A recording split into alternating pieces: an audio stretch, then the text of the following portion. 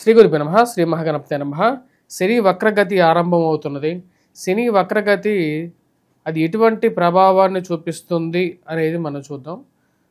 మనకు జ్యోతిష్యపరంగా శని వక్రగతి అనేది రాబోతున్నటువంటి జూలై 13వ తారీఖున ఉదయం 9:36 ఇది ఆరంభమవుతుంది. ఈ యొక్క వక్రగతి అనేది మనం గమనించినట్లయితే ఈ యొక్క వక్రగతి నవంబర్ 28వ తారీఖున ఉదయం 9:14 వరకు కూడా ఈ యొక్క వక్రగతి అనేది జరుగుతూ ఉంటుంది. అసలు వక్రగతి అంటే ఏంటి అనేది ముందుగా మనం తెలుసుకుందాం. వక్రగతి అంటే శని తను పురోగతి దిశలో నుండి వెనక్కి అంటే రెట్రోగ్రేడ్ మూమెంట్లో అంటే ముందుకు జరిగేటువంటి ఒక గ్రహం వెనక్కి తిరిగి రావడం అనేది జరుగుతూ ఉంటుంది. అంటే వెనక్కి తిరగడం జరుగుతున్నప్పుడు అంటే రెట్రో స్పిన్ గ్రేడ్లో జరుగుతుంటుంది. దీన్ని రెట్రోగ్రేడ్ మూమెంట్ అంటారు అన్నమాట. ఎలాగైతే శని మందగమనంలో 2 సంవత్సరాల 6 నెలల 12 రోజుల పాటు ఒక రాశిలో సంచారం చేస్తుంటుందో అంటే తను గడిచేటువంటి ఒక అడుగు ముందుకు వేస్తే 4 అడుగులు వెనక్కి జరుగుతూ అలా 2 సంవత్సరాల పాటు ఉంటుంది. గురువు 1 సంవత్సరం పాటే ఉంటుంది.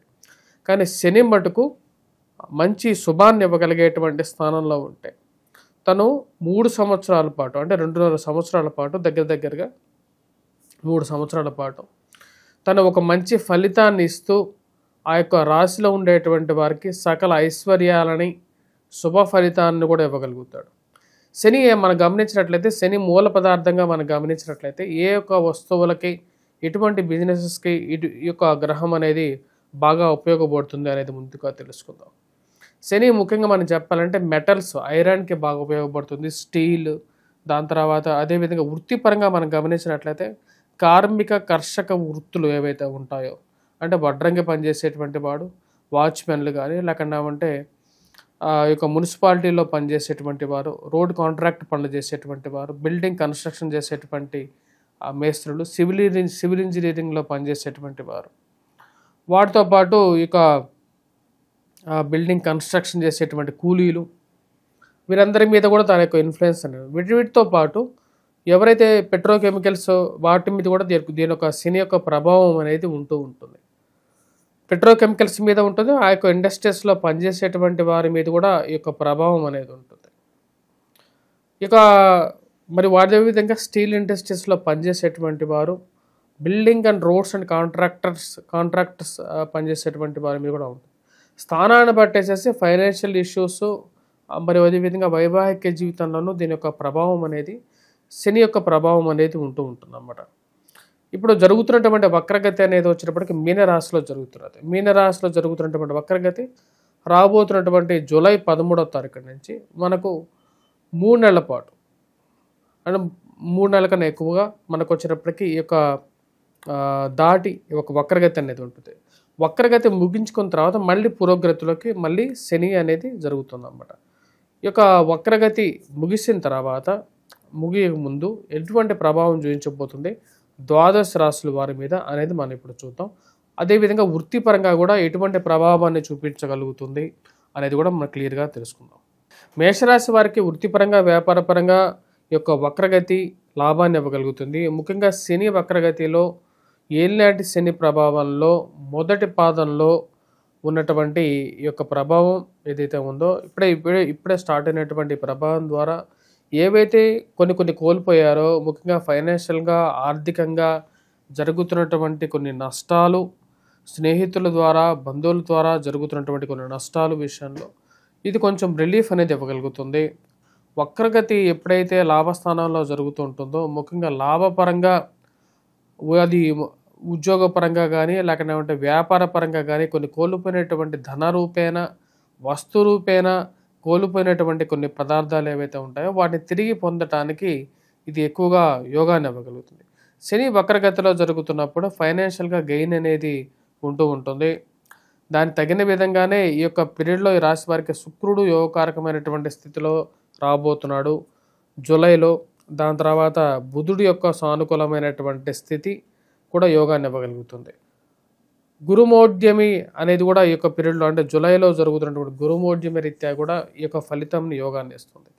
ముఖ్యంగా ఈ యొక్క ప్రభావం ఏ యొక్క బిజినెస్లు చేసేటువంటి వారి మీద ఎక్కువగా ఉంటుందంటే ముఖ్యంగా సివిల్ కన్స్ట్రక్షన్లు చేసేటువంటి వారి మీద ఎవరైతే ఎక్కువగా ప్రాబ్లమ్ని ఫేస్ చేస్తున్నారో వారి మీద ఎక్కువగా ఉంటుందన్నమాట. సివిల్ కన్స్ట్రక్షన్ చేసేటువంటి వారు ఎవరైతే ఉన్నారో వారు ఎవరైతే ఫైనాన్షియల్గా కన్స్ట్రెంట్స్ను ఫేస్ చేస్తున్నారో ముందుకు జరిగినటువంటి బిజినెస్లు కష్టాలు మరి అదేవిధంగా ఆర్థికంగా నష్టాన్ని చవి చూస్తున్నారు. ఎందుకంటే మేషరాశి వారికి ఈ యొక్క సంవత్సరంలో ఏలినాటి శని ప్రభావం స్టార్ట్ అవ్వటం, గురువు తృతీయంలోకి వెళ్ళటం వల్ల కొంచెం ప్రభావం అనేది కొంచెం ఎక్కువగానే ఉంది.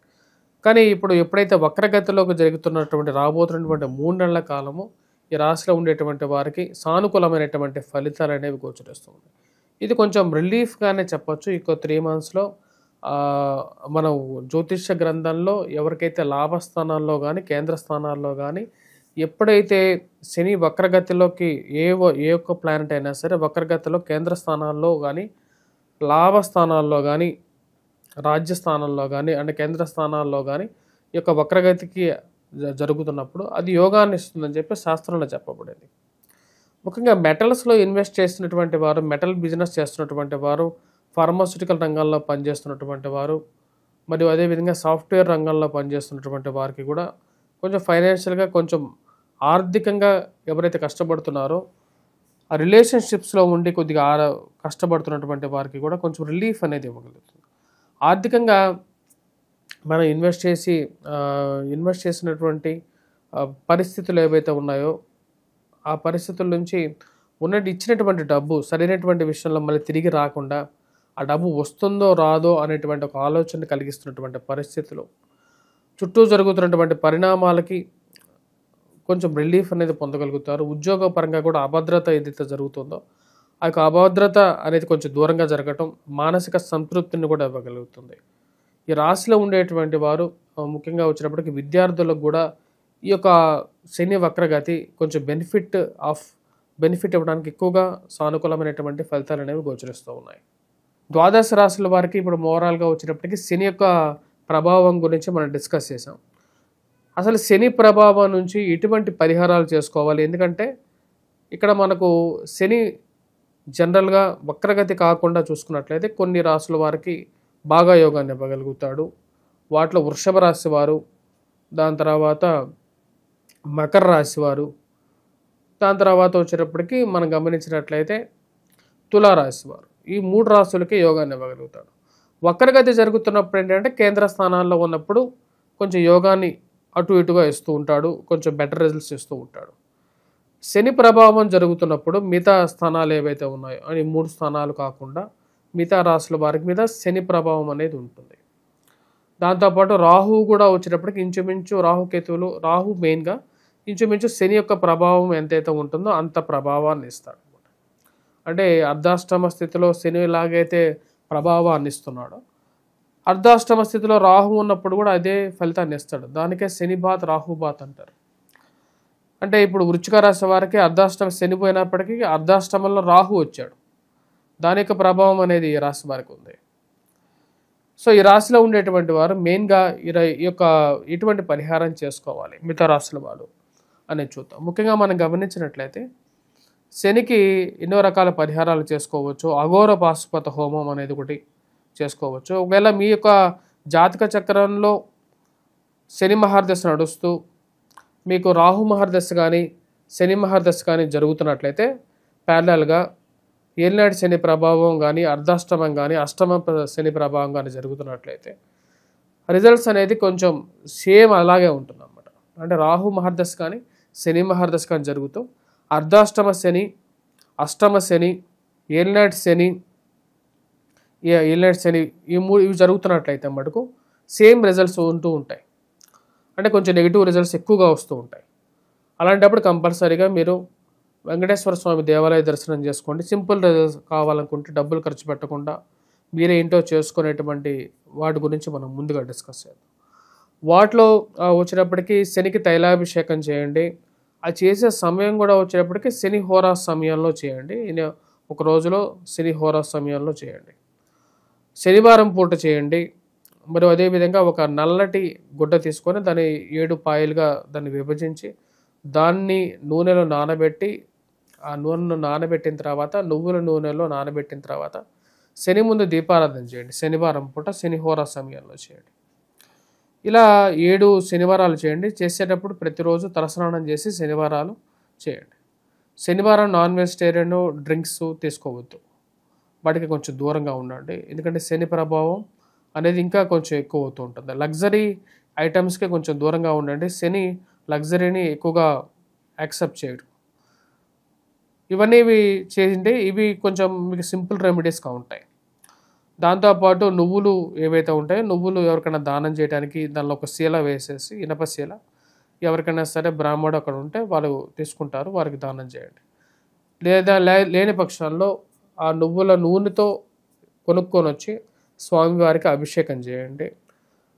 మరియు వాటితో పాటు ఏదైనా దేవాలయంలో పాత ఇనుముని దానం చేయండి, స్టీల్ని దానం చేయండి. మరియు అదేవిధంగా